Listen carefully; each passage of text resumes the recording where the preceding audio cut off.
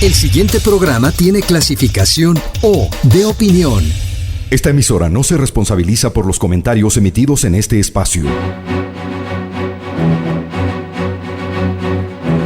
Aquí empieza el programa de opinión donde se analizarán los hechos más importantes de la semana con los mejores analistas. Bienvenidos a Descifrando con Thalía Flores.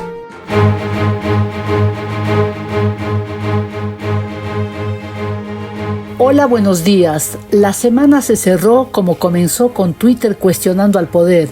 Esta vez fue una imagen en la que el presidente quiso bromear al entregar las llaves de una casa a una beneficiaria del programa de vivienda.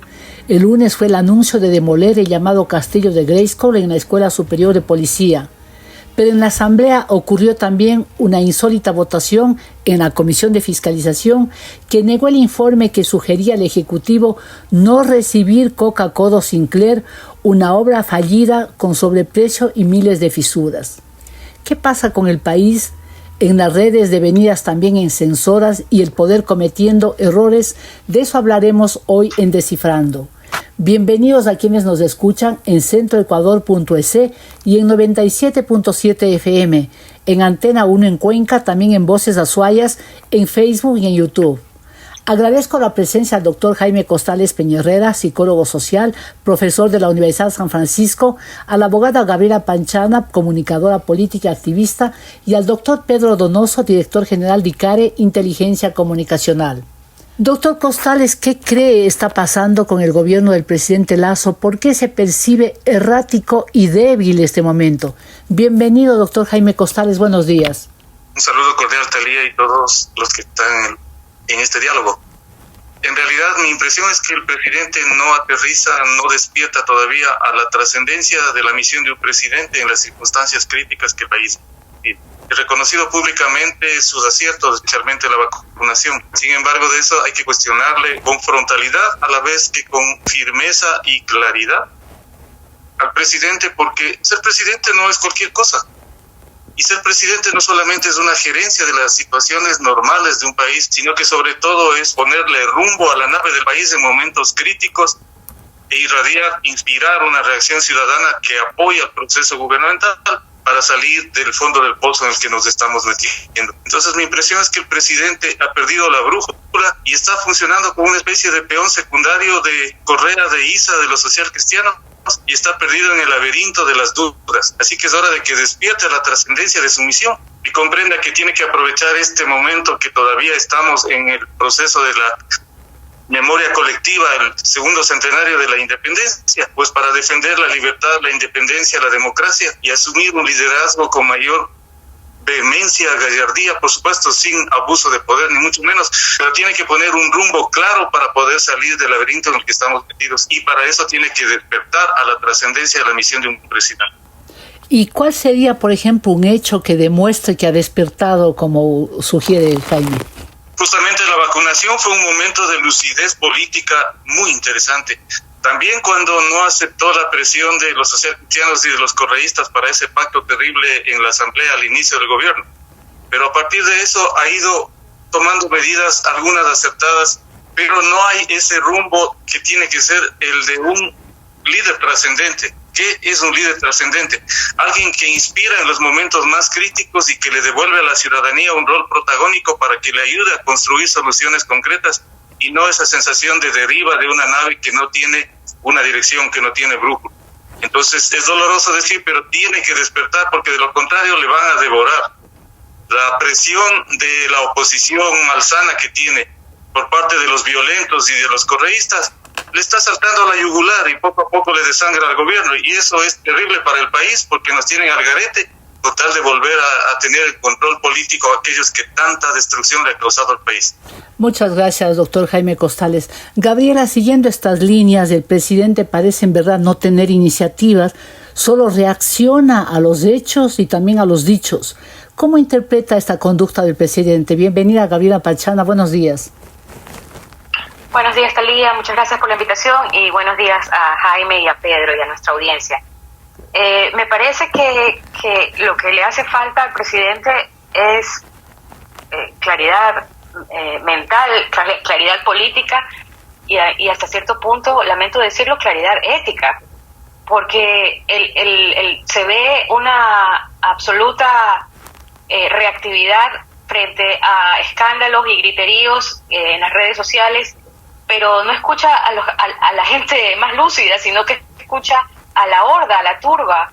Entonces, me parece que si reaccionara frente a los buenos consejos que algunos le dan, sería por lo menos un poco más esperanzador, porque creeríamos o tendríamos algo de anhelo de que está escuchando, pero aparentemente tiene los oídos cerrados y los ojos cerrados ante las críticas bien intencionadas, constructivas, de quienes inclusive apoyamos su candidatura o su campaña, y que somos críticos porque estamos pensando en el país, obviamente, y sin embargo reacciona ante pequeñeces o ante las presiones que le hace la disque oposición, que realmente más que oposición en muchos casos son organizaciones que manejan delitos y dinero de cuestionados orígenes. Entonces me parece que es eso, y eso es muy complicado, porque me parece que ya entra en el ámbito más profundo de la persona, del presidente, y no sé si haya manera de mejorarlo, de cambiarlo. ¿No se trata, Gabriela, de un estado de decepción en este momento? Porque como bien recuerdas, tú apoyaste en la segunda vuelta, estuviste inclusive interviniendo en medios y todo, destacando el papel y la importancia que sería para el Ecuador que gane Guillermo Lasso. Si es una cuestión de personalidad, entonces el país está condenado a que el resto del tiempo no cambie, o ¿qué tendría que suceder para que haya un cambio visible? Realmente la única solución, la única esperanza que yo tengo es la misma que tenía después de la primera vuelta, cuando la gente, muchas personas pensaban que era imposible que Guillermo Lasso ganara, y muchas personas inclusive le pedían, esto era Vox Populi, al menos en Guayaquil, que mucha gente cercana le pedía que él hiciera lo que pudiera hacer para beneficiar inclusive ilegítimamente, digamos, a Yacu Pérez, para que fuera Yacu Pérez el que subiera a la segunda vuelta y no él, porque él estaba condenado al fracaso. Y frente a esa situación, las pocas personas, entre esas yo, dijimos, bueno, lo que haga el equipo del candidato Lasso o deje de hacer, y si no se da cuenta de lo que debe hacer, bueno, lo sentimos mucho, pero quienes hemos luchado durante más de 10 años contra el autoritarismo y la corrupción y la persecución y la mordaza del correísmo, nos vamos a unir y nos vamos a organizar y vamos a luchar, porque no podemos permitir que regrese el correísmo. Entonces, así como lo hicimos en la segunda vuelta, así como lo hicimos antes de que él asumiera el mando el 24 de mayo y rechazamos la unión con la mafia y dijimos, con la mafia no te unes, porque el señor Guillermo Lasso llegó al poder con votos prestados, con los votos que le dio toda una cantidad de personas que no votaron por él en la primera vuelta, y que lo hicieron con la única condición de que sigamos un camino de salida de ese autoritarismo corrupto que nos doblegó durante más de una década. Gracias. Entonces, para mí, la única esperanza es que la ciudadanía se active y le marque el rumbo al presidente que ha perdido el rumbo. Muchas gracias, abogada Gabriela Pachana. Pedro, a usted sí, Pedro Donoso, le voy a preguntar con la distancia un poco que tiene, porque Jaime también ha sido un defensor de las libertades, en el sentido de que cuestionaron al gobierno de Correa y pensaron que el gobierno del presidente Lasso sería mucho más abierto y que no cometería los errores que son visibles en este momento. ¿Cómo se explica este tipo de análisis y reacciones, sobre todo con evidencias, además con ejemplos y certezas, que hacen quienes apoyaron al candidato Guillermo Lasso? ¿En qué circunstancia está y qué explica esa manera de actuar? Bienvenido, doctor Pedro Donoso, buenos días. Gracias, Talía. Buenos días a la abogada y al doctor en el panel y a su audiencia. Digamos, hay muchas hipótesis, ¿no? Yo Yo soy muy malo determinando teorías. En mi trabajo lo que hago es jugar con hipótesis finalmente, ¿no? Porque la dinámica social y política se deriva finalmente de poder cuestionar y de plantear probabilidades de escenarios, ¿no es cierto? Y claro, ahorita, digamos, el escenario más claro que nosotros tenemos, algo que usted dijo, Talía, que me parece que es fundamental, que es en qué cancha está jugando el juego de la política y de lo político el gobierno nacional y, digamos, del Estado en sí mismo, ¿no es cierto? Esto quiero hacer como profundizar un poquito más, y siempre, digamos, lo intento hacer, porque para mí hay dos cifras que son las que hay que leer siempre cuando uno hace análisis político, ¿no es cierto? El primero es el estado de ánimo de la población. La última encuesta de perfiles de opinión de inicios de septiembre nos dice que 93.63% de los encuestados se sienten pesimistas del presente, es decir, la cancha en la que se está jugando el juego de la gobernanza, la gobernabilidad, el poder, todas las esferas del Estado, es una cancha de alto pesimismo. Y el segundo cifra que a mí muchísimo me llama la atención es la poca credibilidad del Estado. De acuerdo a esta encuesta citada, solo 15.58% de los consultados creen el Estado. ¿Qué quiero decir con esto?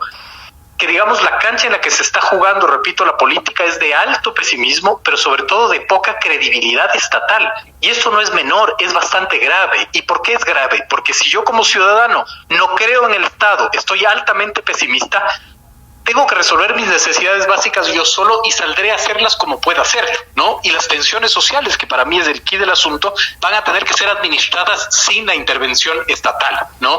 Y es, digamos, yo creo que ahí está la profundización del análisis en la cancha en la que se juega. Ahora, otra cosa finalmente es el juego que propone el gobierno, que yo concuerdo también con lo que usted decía, que es un juego ausente. Es decir, el gobierno no marca la agenda ni conceptual ni práctica, y por lo tanto alguien más lo marca, ¿no? Yo siempre repito esta premisa: en política como en comunicación, los espacios vacíos no se quedan vacíos, alguien los llena. Y si tú eres, digamos, un gobierno que no marcas la agenda política, ¿en qué sentido? Además, ni siquiera en la gobernanza. Hemos visto el informe del Observatorio de Gasto Público, en donde en promedio tienes un ejecutivo que ha ejecutado menos del 40% de su presupuesto. Tienes municipios y prefecturas que han ejecutado menos del 30% de su presupuesto. Evidencias finalmente cuál es la descomposición que estamos viviendo, porque el tejido social está absolutamente quebrado por falta, creo yo, de presencia estatal. Pedro, aún me gustaría que profundice un poco o desarrolle algo que dijo: si no resuelve el poder, no resuelve el gobierno, ¿cómo es que se resuelve eso, los temas del Estado, los temas del país? ¿En qué instancia? En la instancia periférica, que eso es lo interesante, Talía. Es decir, si el Estado no administra las tensiones sociales, ¿no es cierto? Las dinámicas sociales se dan con clivajes, ¿no? Yo discrepo siempre en creer que el clivaje presente es correísmo-anticorreísmo. Creo que es un clivaje, digamos, ficticio, que no existe. Creo que los clivajes reales finalmente en el Ecuador siguen siendo los clivajes que han existido desde 1830, ¿no es cierto? Costa-sierra, ¿no es cierto? No en clave de regionalismo, sino en clave de intereses, de funciones distintas, de entendimiento social distinto. Los clivajes trabajadores-empleadores, importadores-exportadores, por ejemplo. Cuando el Estado no administra esas tensiones van a ser administradas entre los clivajes pugnantes, digamos así, ¿no? Y claro, no tienes ahí la intervención, por ejemplo, de la justicia, no tienes la intervención de la política pública, y claro, la periferia es la que te marca la salida, ¿no es cierto? Entonces te enfrentas finalmente a movilizaciones sociales, te enfrentas finalmente a violencia, a inseguridad, como un fenómeno normal y como efecto y causa propia de esa dinámica. Claro, eso significa más o menos ceder, ¿no? La administración de un país. Gracias, doctor Pedro Donoso. Vuelvo con Jaime Costales, porque si hay evidencia, o sea, no hay mejor forma de que uno mismo aprenda la lección y de que evalúe las cosas. Debe ser porque soy periodista y me gustan los hechos. Y un hecho es cierto: la remoción del ministro del Interior, Patricio Carrillo, quien daba la cara en los temas delicados de seguridad. Lo destituyó, lo sacó del poder una cadena nacional, y todavía después de elogiarle, ¿no? Unos minutos antes elogió su trabajo y su forma de ser. Era la cabeza que estaban pidiendo en varias instancias, pero una vez que le sacó tampoco contentó a la masa. ¿De qué estamos hablando psicológicamente, Jaime Costales Peñarrera? De un presidente sin estrategia política profunda, inteligente, perdido en este laberinto, debilitado por el acecho, porque también hay que reconocer eso, hay una acechanza brutal de la oposición correísta y del movimiento violento de ISA, sobre todo. Entonces, en la práctica, hay que preguntarse por qué deja que las decisiones fundamentales caigan bajo presión de ISA o del correísmo. Y eso es una forma de sobrevivencia trágica que está teniendo el gobierno. Entonces, haber entregado al ministro Carrillo para satisfacer los apetitos de esa oposición voraz y altamente corrupta es un error trágico, me parece, porque además eso da un grado mayor de incertidumbre a los ciudadanos que se sienten más desprotegidos y frente al crecimiento de la impunidad con la absolución, el final del juicio que se dio sobre ISA. Entonces, todo esto va configurando un desentendimiento de la ciudadanía frente al poder, un desencuentro del poder con la ciudadanía.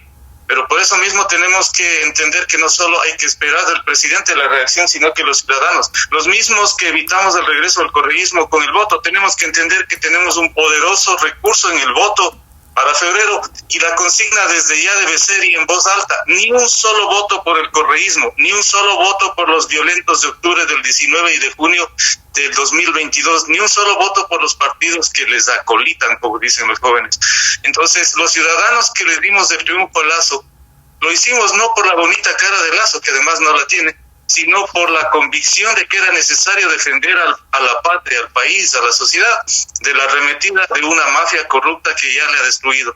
Esos mismos ciudadanos tenemos que recuperar el poder y la convicción de que con nuestro voto y con nuestra voz en alto, sin violencia, con decencia, con dignidad, sin atentar contra nadie, podemos frenar con los votos a la arremetida de estas hordas putrefactas. Pero Pedro Donoso dice que el clivaje no debe ser y no es Lazo Correa, ¿no? Sino que son otros, la costa, la sierra, los empresarios, los trabajadores, Jaime. Hay que ir algo más profundo que esos clivajes tradicionales. Hay que entender que es el momento de hacer una revolución de la honradez. Entonces, toda la gente que ama al país y que funciona honradamente, que cree en el país y en la democracia, y que quiere un espacio de libertad para sí misma y para sus hijos y sus nietos, tiene que defenderse públicamente, levantar la voz y con el voto cerrar la puerta. Entonces, esa confrontación no tiene que ser entre costa-sierra, correísmo, anticorreísmo, tiene que ser mucho más profunda que esa. Es la sobrevivencia de un país que quiere la decencia, que quiere la honradez y que quiere evitar caer en manos de la mafia nuevamente. Muchas gracias. Aquí hacemos una primera pausa. A la audiencia le invito a enviar sus comentarios a la cuenta de Twitter @TaliaFloresF y también al Facebook. Ya volvemos.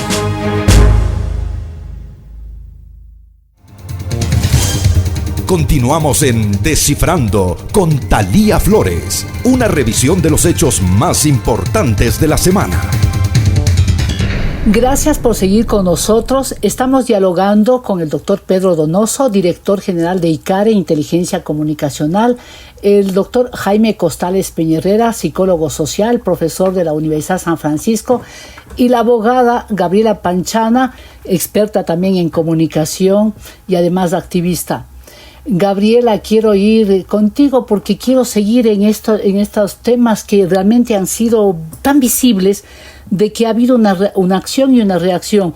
Una imagen irritante fue ver en Carondelet asomar rodeado de hombres al presidente de la República haciendo anuncios sobre política de géneros. Tal fue el tema y la reacción de la gente que al siguiente día asomó intentando rectificar rodeado de mujeres.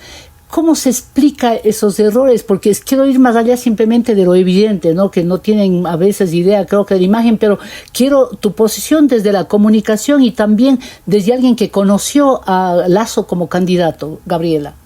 Me parece que es porque no tienen una planificación de los 5 minutos después de lo que van a hacer, digamos. Esa es la misma impresión que yo tuve cuando vi la cadena que hizo el presidente con el avión de espaldas. Me parece que lo que dijo en gran parte estaba bien, pero no se pusieron a pensar en los detalles que iban a distraer y que iban a moldear completamente el mensaje. Entonces es lo mismo, ¿no? Hacen un anuncio, me imagino piensan, esto es lo que debemos de decir, sí, nos ponemos de acuerdo, y no piensan, bueno, en el segundo después de eso, en la forma de cómo lo van a comunicar. Y en comunicación, la forma es parte del fondo, siempre. Y la comunicación no verbal es el 75% de lo que se comunica. Entonces, el hecho de que estén solamente hombres al lado del presidente haciendo anuncios sobre mujeres, derrumba cualquier buen mensaje que se intente dar. Además que no se trata solamente de lo que se dice, sino mucho más importante lo que se hace. Entonces, estos anuncios de proyecciones o de decir son muy débiles, mucho más cuando ha habido tanto desacierto. Sería mucho mejor que anuncie lo que ya está haciendo y no estas ideas que aparecen solamente como para calmar, digamos, la ira de la masa, por así decirlo. Pero cuando no anuncia lo que está haciendo o no revela, significa que no está haciendo, pues, Gabriela, porque imagínate si es que tendría temas que están abordando toda la exclusión, todo el problema tan grave que es el problema de género, el acoso, el femicidio, que hemos llegado a cifras increíbles, y que salga y haga eso más allá de simplemente de la comunicación, porque esto ya rebasa, es una cosa de estructura, es una cosa de estrategia, inclusive de gobernanza. ¿Qué le queda al país? Porque la desazón es lo que prima, y eso no le hace bien a nadie. Totalmente de acuerdo. Bueno, es que ese es el tema, que no puede ser que solamente todo se quede en palabras, porque pues la credibilidad no se construye con palabras, se construye con hechos. Entonces, el presidente llegó a la presidencia a través de una serie de compromisos que hizo con las mujeres, con las niñas, con grupos sociales ecologistas, es decir, y puso su firma y se comprometió, y pasó más de un año y sale a hacer otros anuncios. Es decir, ya a estas alturas él tendría que decir: esto es lo que hice. El problema es que cuando llegó a Carondelet se olvidó aparentemente de todo lo que hizo para llegar a ganar, y creyó que todo había sido producto de su maravillosa estrategia y del equipo que hizo que casi no llegue a la segunda vuelta, que es el equipo que lo acompaña en su mayoría. Entonces es el no estar aterrizado, el no estar conectado con la realidad, lo que hace que él esté. Yo decía ahora en un comentario, en un chat, cuando lo escucho al doctor Costales hablar del laberinto, yo decía: el laberinto es de espejos, porque solamente se está mirando él, y es gravísimo. Muchas gracias, Gabriela Panchana. Pedro, hay un tema bien interesante y delicado a la vez que acaba de contar Gabriela, ¿no? Se sabe tantas cosas que parece que diría una cosa más. Mira, dice que está gobernando con el equipo de la primera vuelta, o sea, en buen romance, y espero me corrijan si estoy equivocada, por favor. O sea, está gobernando con quienes casi fracasan en la campaña, ¿no? Porque no llegó pues con las cifras récord a la segunda vuelta electoral. Eso de primera, ¿qué significa eso? Porque quizá, si es que ganó cambiando su discurso, acoplando a lo que querían las audiencias. Claro, todo el mundo dice, para ganar una campaña hay que decir y hacer lo que quiere la gente, pero también que revela el hecho de haber llegado al poder con el equipo anterior, Pedro. Pero yo creo que poco puedo opinar al respecto, no tengo, ni el conocimiento, y no creo que es parte del análisis que yo puedo hacer. Sin embargo, lo que sí me llama muchísimo la atención es cuando yo me siento a intentar hacer el análisis del gobierno de Lasso desde el inicio del proceso de campaña del, ¿no es cierto?, 2021, vamos a ver tres fenómenos, ¿no es cierto?, más bien tres actores de analizar. El primero es el Lasso de primera vuelta, el segundo es un Lasso totalmente distinto de segunda vuelta, y el tercero es el Lasso sentado en sillón de Carondelet, ¿no es cierto? Y es simpático cuando dicen aquí el tema de parece que solo se ve al espejo. Yo tengo otra hipótesis también. Me parece a mí que el gobierno, en cambio, sacó todos los espejos de Carondelet porque finalmente no puede verse al espejo y poder construir su propia identidad. Es decir, es un gobierno sin identidad, lo cual, en mi hipótesis, genera que no tenga una hoja de ruta clara.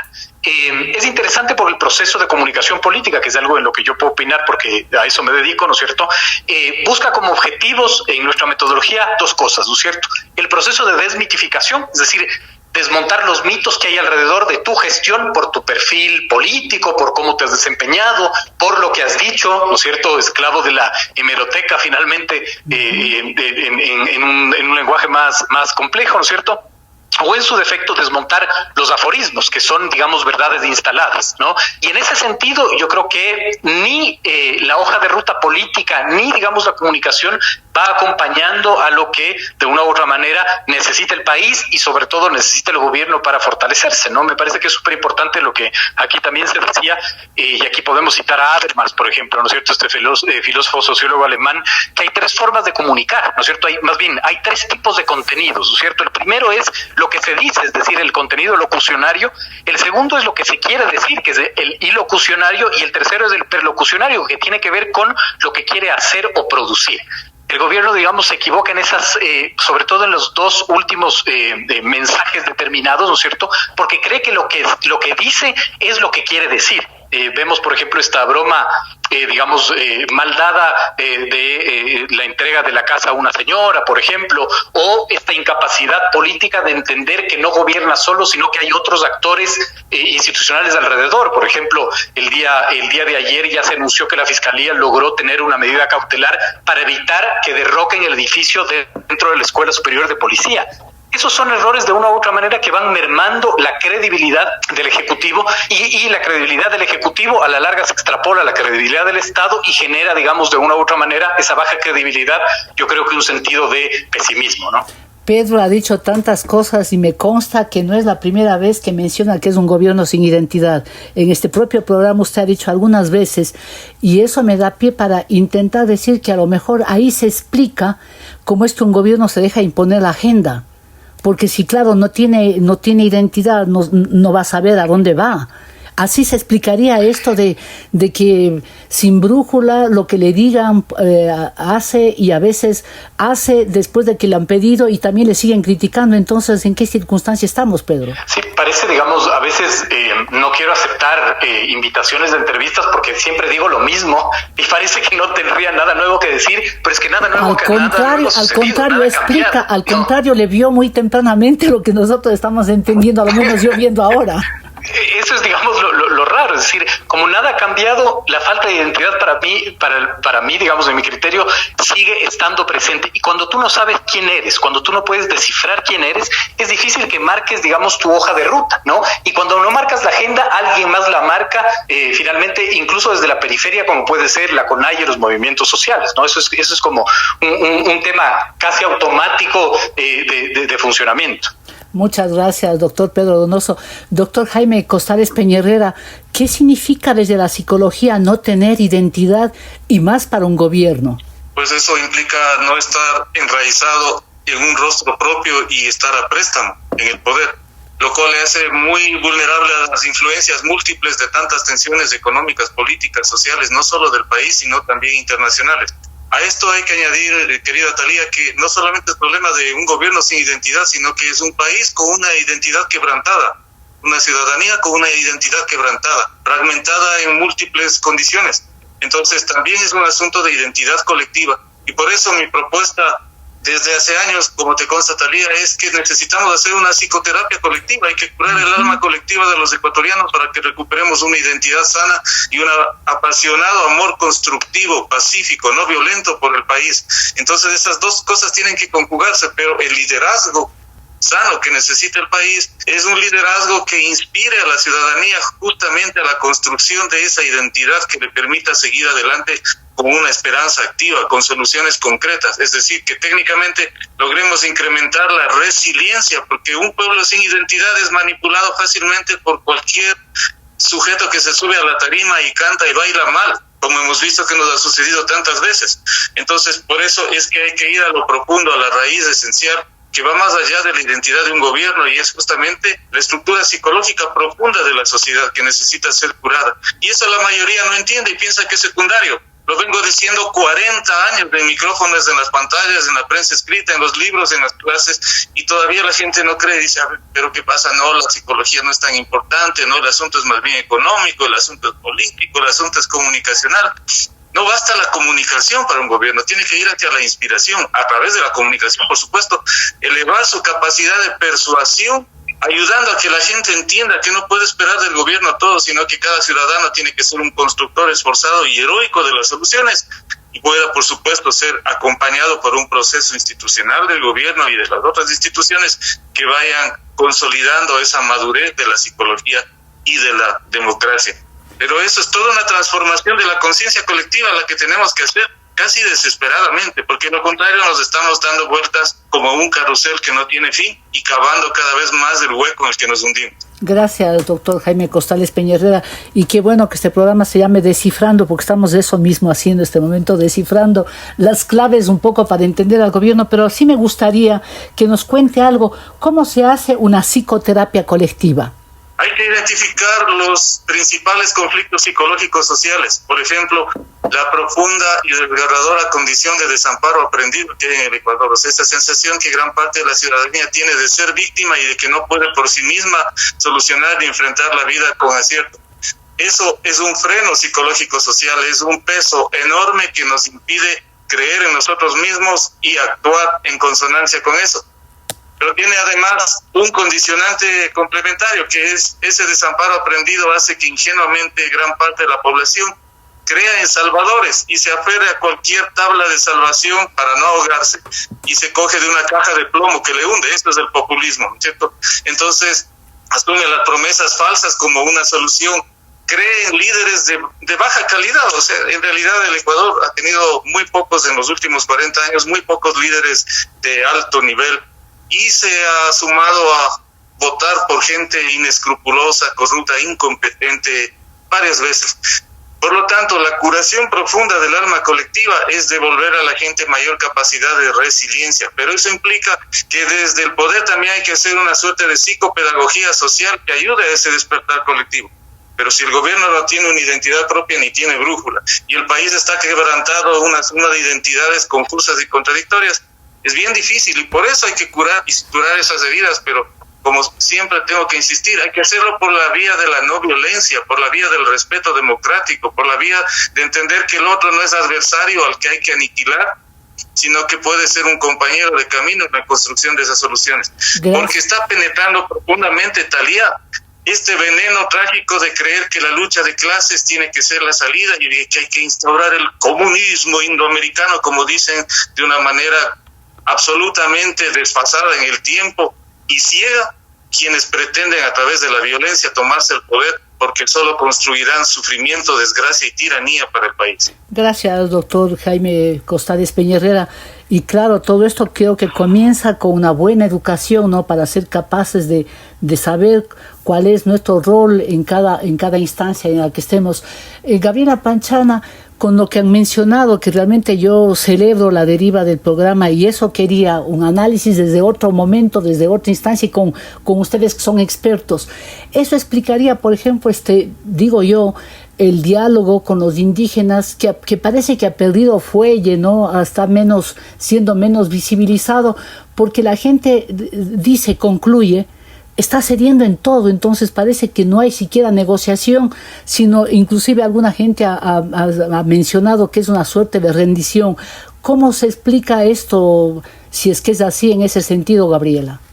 Bueno, porque lamentablemente las mesas de diálogo fueron efectivamente la sesión ante los secuestradores, el secuestro por parte de la violencia de todo el país, ante lo cual el Estado, en representación y del resto, digamos, del país, o del gobierno, mejor dicho, en representación del Estado, asumió como salida, que para muchos, incluyéndome, indigna, sentarse a negociar solamente con la parte violenta que puso en peligro y a todo el Ecuador, y que hizo, digamos, que cometió una serie de ataques a la población civil, a la gente pobre que estaba tratando de vender sus cosas, les obligó a tirar la producción al piso, y etcétera, digamos, una crueldad absoluta. Pero de eso también ya parece que nos olvidamos,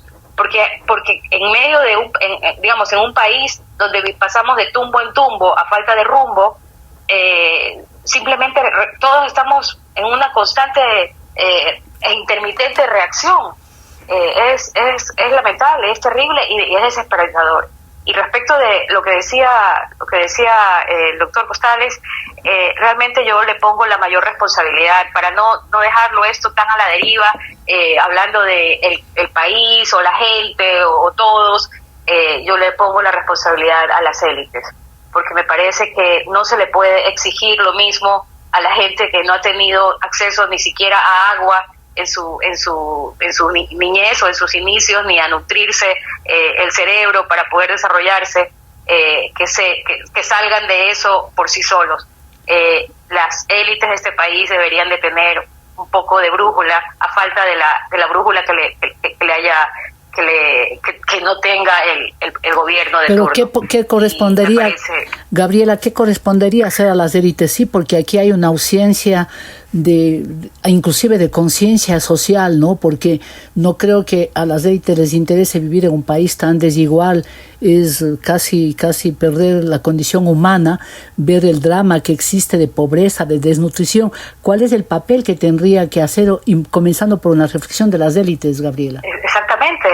Estamos escuchando, leyendo, porque nos enteramos por la prensa inglesa y ahora ya ha salido también en la prensa local, que hay escuelas de sicarios de niños de 10 años en Pascuales, aquí en Guayaquil, manejada por la mafia de Albania. O sea, porque son niños sin futuro, niños a los que le hemos dado la espalda completamente.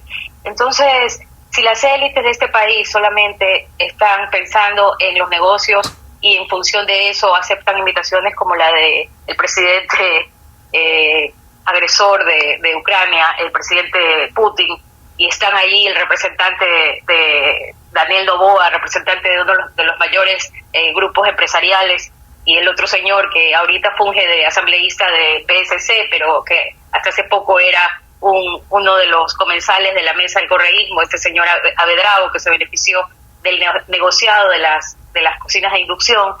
¿Qué podemos esperar?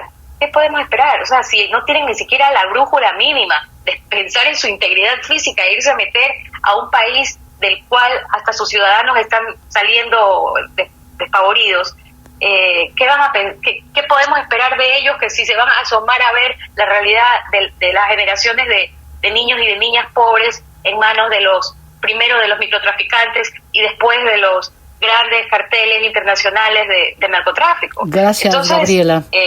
Eso es. Gracias. Aquí tengo que hacer una pausa recordándole a la audiencia que Descifrando puede ser escuchado en 97.7 FM, en centroecuador.es, en Antena 1, Voces Azuayas y en YouTube. Ya volvemos. Esto es Descifrando, un programa de opinión con Thalía Flores. Continuamos, están hoy en Descifrando el doctor Pedro Donoso, director general de ICARE, Inteligencia Comunicacional, el doctor Jaime Costales Peñerrera, psicólogo social, profesor de la Universidad San Francisco de Quito, y la abogada Gabriela Panchana, comunicadora política y activista. Doctor Pedro Donoso, no quiero dejar de topar con ustedes unos temas que son de los que ha sucedido estos días, pero comencemos con esto de este viaje de una delegación de asambleístas a Rusia, a Moscú, en un momento donde los ciudadanos rusos están saliendo despavoridos, sobre todo los que están en edad de que les enrolen para llevarles al campo de batalla. ¿Cómo se explica que hay una delegación variopinta del Ecuador, porque están de algunos partidos de la oposición y del gobierno? No sé, ir, como decía Gabriela Panchana, a un país que está inclusive en un momento dado siendo siendo criticado por el mundo entero y está en un estado de excepción. ¿Cómo se explica este viaje, Pedro? Sí, digamos, yo debería profundizar un poco más ahí en el fenómeno. Soy muy malo para hablar de las anécdotas, a mí me gusta hablar de los fenómenos, digamos. Este es un hecho, más que anecdótico, es un hecho, ¿no? Ahí son delegados porque son elegidos en las urnas estos asambleístas. Sí, no, totalmente de acuerdo. Digamos, ¿qué representa finalmente el fenómeno? Que es lo que quisiera referirme, ¿no es cierto? Quizás representa una falta de lectura del contexto geopolítico, quizás, de lo que está sucediendo, ¿no es cierto? Creo que es necesario como entender cuál era la función, a qué se debe, un poco para tener más contexto, ¿no es cierto? Ahora más que nunca, en donde creo que las tensiones con referencia al conflicto Rusia-Ucrania están incrementando, ¿no es cierto? El día de ayer ya el presidente de Ucrania pidió la inclusión de su país a la OTAN. Eso va a replantear finalmente un nuevo escenario del contexto de lo que suceda, ¿no es cierto? creo que es importante profundizar un poco más, sin embargo, es decir, creo que hay que entender, ¿no es cierto?, cuáles son las razones, porque además también vemos ahí unas falencias comunicacionales, ¿no? Es decir, la Asamblea no nos está contando para qué fueron. Yo sí prefiero decir, espérese un ratito, quiero saber cuáles son las razones de para qué fueron, para poder tener una opinión mucho más formada antes de decir es terrible que hayan ido, ¿no? Entiendo el contexto, hay una representación de políticos ecuatorianos elegidos en las urnas visitando Rusia, pero sí creo que es como importante tener más antecedente en ese sentido. Claro, y resulta, Pedro, que es en un momento donde la Embajada del Ecuador en Moscú y la Cancillería ecuatoriana ha sugerido a los ciudadanos ecuatorianos que puedan salir de Rusia, entonces ahí hay también otro contexto, ¿no? Totalmente, digamos, es decir, cómo aplica esa medida finalmente incluso a los representantes. De acuerdo, creo que ahí, digamos, el fenómeno, que es el que le digo, creo que hay que leerse con más profundidad, ¿no es cierto? Es decir, son nuestros legisladores, tienen la suficiente lectura política de contexto para hacer estos tipos de actos que buscan finalmente cuál es la lógica. Es decir, creo que en el Ecuador, ¿no es cierto?, la pulsión de opinar ya se ha convertido casi en un rito, ¿no? Entonces, muchas veces disfrazamos el análisis de opinión, emitimos opiniones y muchas veces no son suficientemente formadas y entendidas. Quizás no es nuestro error, quizás también desde los que deberían informarnos cuáles son esos objetivos, plantearnos las razones, ¿no? Entonces, creo que debe ser como más profundo ese análisis. Y me quedo con usted mismo para plantearle otro tema que realmente ha causado como una reacción en la sociedad, sobre todo en eso que le llaman el círculo rojo, es la votación en la Comisión de Fiscalización en el caso de Coca-Cola Sinclair, una obra con 17,000 y más fisuras que iba a recomendaba de hecho el informe que no se reciba la obra a la empresa china que cuesta más de 3,000 millones de dólares, incluido un sobreprecio enorme. ¿Cómo se explica que el gobierno y el correísmo hayan votado parecido para no aprobar ese informe sugerido, Pedro? De lo que yo he leído, digamos, incluso las declaraciones de la vicepresidenta de la comisión, que es la asambleísta Cordero, el aceptar ese informe hubiera provocado, o el no aceptar, digamos, esa obra hubiese provocado el que el Estado ecuatoriano tenga menos del 30% de producción de energía. Ese no es mi campo de análisis, digamos, es solo lo que yo he podido, digamos, leer, ¿no es cierto? Pero otra vez voy al fenómeno, es decir, este tipo de informes de esta comisión de fiscalización, ¿qué peso pueden tener? En ese informe se sugería, ¿no es cierto?, que el presidente cancele al ministro de Energía, por ejemplo, ¿no es cierto? Entonces, claro, a veces me pongo a pensar, Talía, y digo, el problema de este país es que es un problema, es un país de qué y no y es un país de quiénes y no de qué. Es decir, todo el mundo sale a reclamar porque el presidente cesó de sus funciones al ministro Carrillo, pero apoyamos un informe de la Comisión de Fiscalización que propone cesar a un ministro. Entonces, ¿cuándo sí y cuándo no? Yo creo que este país requiere profundizar más los análisis de lo político y menos de la política, ¿no es cierto? De las denuncias, de los gritos de un legislador contra otro, etcétera, etcétera, etcétera. Por ejemplo, a mí me parece que el ministro de Energía debería ser destituido, quizás no por esto, sino porque el Ministerio de Energía es, de acuerdo al informe del Observatorio de Gasto Público, el ministerio que ha ejecutado menos del 5% de su presupuesto. Lo que quiero decir con eso es que la discusión debe ser más de lo político, de la estructura de lo real, que de la política, ¿no es cierto? De los dimes y diretes de, a la larga, los antagonistas y protagonistas, ¿no? Gracias, Pedro. Sí, pues, si hay ese nivel de ejecución, realmente yo por lo menos diría, estamos fracasando, ¿no? Como administradores, está fracasando el gobierno. Jaime Costales, ¿cómo funciona la psicología colectiva y por qué nos quedamos más en esto, en los chispazos, en el juego de luces, que en el contenido, como dice Pedro Donoso, por ejemplo, un ministerio que no use sino el 5% y la mayoría creo que llega hasta el 15-20%, y eso no es motivo de alarma, y eso no hace noticia, y eso no está en las redes? Hay, mi estimada Talía, una intensa banalización de la vida social y de la política en el mundo entero, y también, por supuesto, en el país. Buena parte de eso ha sido agudizado por la presencia de regímenes autoritarios populistas, que justamente usan la comunicación para la banalización. ¿Qué produce eso, Talía? Una terrible reducción o involución de la conciencia colectiva. Yo le llamo una especie de eclipse de la conciencia colectiva, o sea, de la capacidad del ciudadano común de darse cuenta de las realidades, de la complejidad del berenjenal en que está metido frente a las circunstancias económicas, sociales y demás. Y esa reducción se ha ido agudizando porque es el negocio del populismo. O sea, al populismo le interesa que la gente no piense adecuadamente, que sea menos inteligente en las acciones y en los pensamientos para poderlo engatusar y manipular fácilmente. Entonces, frente a esa enorme involución de la conciencia colectiva, la gente se queda en lo banal, no profundiza, no está preparada para hacerlo en gran parte, y como ya se mencionó, tampoco las élites han estructurado una adecuada forma de vínculo con la sociedad, no les ha interesado lo suficiente como para poder guiar un proceso de despertar colectivo. Justamente eso es lo que tenemos que hacer, construir juntos a través de los medios, las redes, la educación, y los medios sobre todo porque son aceleradores del proceso. Tenemos que lograr una evolución de la conciencia colectiva. Ese despertar ciudadano grande que necesitamos hacer es el que propongo y el que nos corresponde hacer, porque de lo contrario vamos a repetir similares o peores problemas a lo largo de los años y quedarnos en la comidilla, en el dime y direte, en el análisis banal y superficial.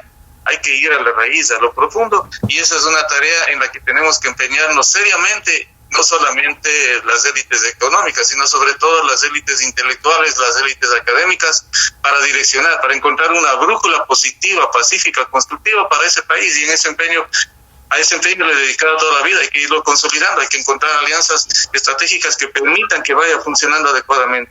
Y dentro de eso tenemos que también hacerle comprender a la gente que pese a todos los errores del gobierno tenemos que evitar que se caiga, porque hay un complot en marcha desde el comienzo del gobierno para tratar de sustituirlo, acelerar elecciones y demás, para poder lavar la cara de los crímenes de corrupción que han cometido Correa y sus compinches. O sea, esto que está pasando, Jaime, perdona, esto que está pasando no es que sucede y que son hechos circunstanciales, sino es parte de una estrategia.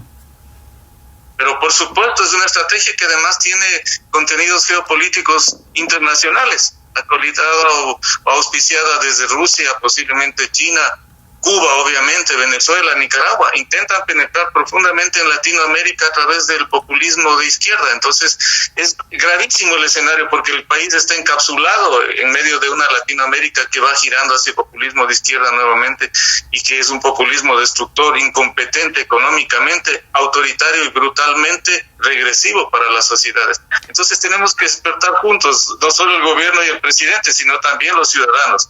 Y por supuesto las élites, una responsabilidad mayor sobre él. Muchas gracias, Jaime. Gabriela, un tema que ya hemos mencionado y habló Pedro de eso, realmente causó sorpresa, ¿no? El no apoyo al informe de la Comisión de Fiscalización, porque da cuenta, según, por ejemplo, Fernando Villavicencio, que lo que quieren es no enojar a China, no solamente no enojar, sino que habría hasta inclusive un acuerdo. Y ahí sí tomo algo que dijo Jaime Carrera, sería una cuestión hasta geopolítica. China está pisando fuerte en la región, y entonces el Ecuador con una obra de ese tamaño sería realmente un ejemplo a no seguir. ¿Cómo se explica desde tu punto de vista el que el gobierno no haya aprobado, no haya votado por la aprobación de este informe, que recomendaba no aceptar, no recibir la obra? Sí. Bueno, se explica por esa especie de esquizofrenia moral que ha mostrado el gobierno, y que tiene que ver con esa falta de identidad que yo también comparto que tiene y que ha tenido desde el principio, como dice Pedro Donoso. Es decir, esto de la falta de identidad es gravísima porque no permite que la gente pueda saber hacia dónde nos va a llevar. Un gobierno que llega al poder con un discurso liberal en lo económico y que de alguna manera moduló su conservadurismo con acuerdos y compromisos en campaña en la segunda vuelta, lo primero que hace, y creo que cuando comienza a desdibujarse en esa esbozo de identidad con el que llega al poder, es con esa aprobación extraña que consigue en la asamblea con la abstención de los asambleístas del correísmo de la reforma tributaria, con lo cual golpea a gran parte de la base que lo apoyó por sus supuestas ideas liberales en lo económico. Y de ahí pues ha sido una simple desfiguración de lo poco que le quedaba o de lo poco que tenía el gobierno como certezas que nos había entregado. Y esto de Coca-Cola es parte de eso también. es haber llegado al poder diciendo que iba a luchar contra la corrupción y contra los negocios llenos de sobreprecios y que se hicieron durante el correísmo, y ahora poner excusas que no tienen asidero. Es más, hoy día Fernando Villavicencio en una entrevista en Contacto Directo, lo escuché, ya no estoy segura cuándo fue la entrevista, dijo que la asambleísta de oficialista, Ana Belén Cordero, había dicho hace 4 días que la decisión del gobierno era aceptar la obra y por tanto la excusa realmente no era la salida del ministro Vera, porque de hecho Fernando Villavicencio explica que eso lo sacó del informe para que esa no fuera la excusa ni el pretexto. Entonces es gravísimo porque además tiene esta cercanía tan grande con Estados Unidos. Estados Unidos ha dicho lo que ha dicho respecto de China, y al mismo tiempo se acerca a China con una obra que todos sabemos es el emblema de la corrupción y del sobreprecio, del despilfarro entre el correísmo y China. Entonces es una esquizofrenia realmente. Gabriela, pero es más, o sea, yo creo que si decimos de esquizofrenia estamos hablando de un problema de salud, ¿no? Yo creo que aquí va una cosa un poquito más, bueno, ya nos explicará a lo mejor Jaime, pero se gana con un discurso que además en la segunda vuelta fue un discurso que no era el original, y cuando se gobierna se utiliza una tercera forma. Le estamos a la gente no solamente fallando, sino engañándole colectivamente. Y creo que lo están haciendo creyendo que son más listos de lo que son, porque Correa lo hacía todo el tiempo. Correa todo el tiempo disfrazaba, engatusaba a un grupo de gente que lo apoyó, donde estaban activistas, movimientos sociales, y los engatusaba con un discurso muy de izquierda, y mientras tanto hacían negocios con la élite que no tiene ningún tipo de ideología y que le da lo mismo, como se dice vulgarmente, atrás que en las espaldas. Esa es la verdad. El tema aquí no es otro que el clivaje. Me parece a mí que si hay que hablar de un clivaje, debemos de hablar del clivaje entre la corrupción y la honestidad, entre las mafias y la gente que quiere hacer negocios sin que eso implique tener niños estudiando para ser sicarios. Esos son los clivajes, y eso no pasa por ser de izquierda o ser de derecha. Eso pasa por estar del lado de los principios morales y de la vida o de la muerte y de los asesinatos. Entonces es mucho más profundo el problema. Gracias, Gabriela. Tengo 1 minuto para Pedro y 1 minuto para Jaime, pero no quiero dejar de escuchar su versión, su criterio sobre esto. Cuando se cambia tanto el discurso acoplando en una campaña para ganar, y eso además es hasta elogiado, porque dicen que ganó, ¿no? Eso es el objetivo de los políticos, dicen, pero cuando se vuelve a esto de que no se sabe, sin identidad, y se sigue manipulando, Pedro, ¿de qué estamos hablando? Ya que encara un dirigente político frente a un pueblo al que no le está diciendo lo que piensa, y nunca vamos a entender qué es lo que está pensando. En ese sentido, por ejemplo, Grupo Faro, que es un think tank ecuatoriano, hace una investigación súper interesante en procesos electorales con un proyecto que se llama Del Dicho al Hecho. Y en el caso de Lasso, lo que hacía es comparar las propuestas de campaña con lo que está haciendo. Y claro, se encontró finalmente con un tema muy complejo, porque cuando tú haces análisis de propuestas de campaña y en relación con lo que estás ejecutando, tienes que analizar el plan de gobierno inscrito en el CNE, ese plan de gobierno transformado en un plan nacional de desarrollo, de acuerdo con la Constitución, y claro, no pudieron hacer las comparaciones porque todas las propuestas, digamos que las únicas que se habían cumplido, no estaban ni en el Plan Nacional de Desarrollo ni en el plan de campaña del gobierno de Lasso, sino en la cuenta de Twitter del presidente. ¿Qué quiero decir con esto? Que claro, es una frivolidad, ¿no es cierto?, de la seriedad de la palabra y de la credibilidad de la propuesta político-electoral a la ciudadanía. Y eso dice muchísimo, finalmente. Gracias, ¿no? Un Pedro. poco los ejemplos...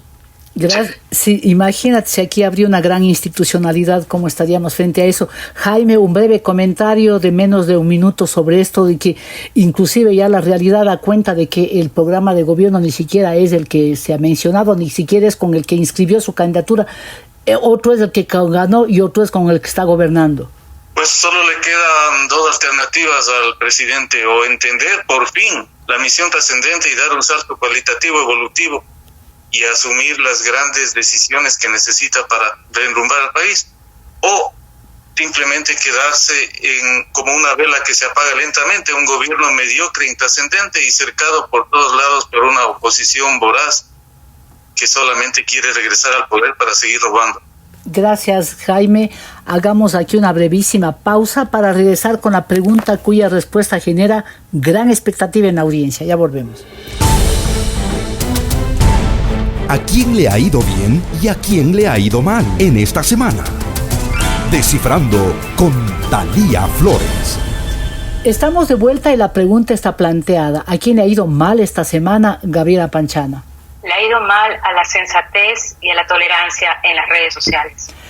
Pedro Donoso, ¿a quién le ha ido mal esta semana? Sin duda al presidente de la República.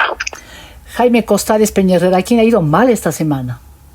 A la estabilidad psicológica de los ciudadanos.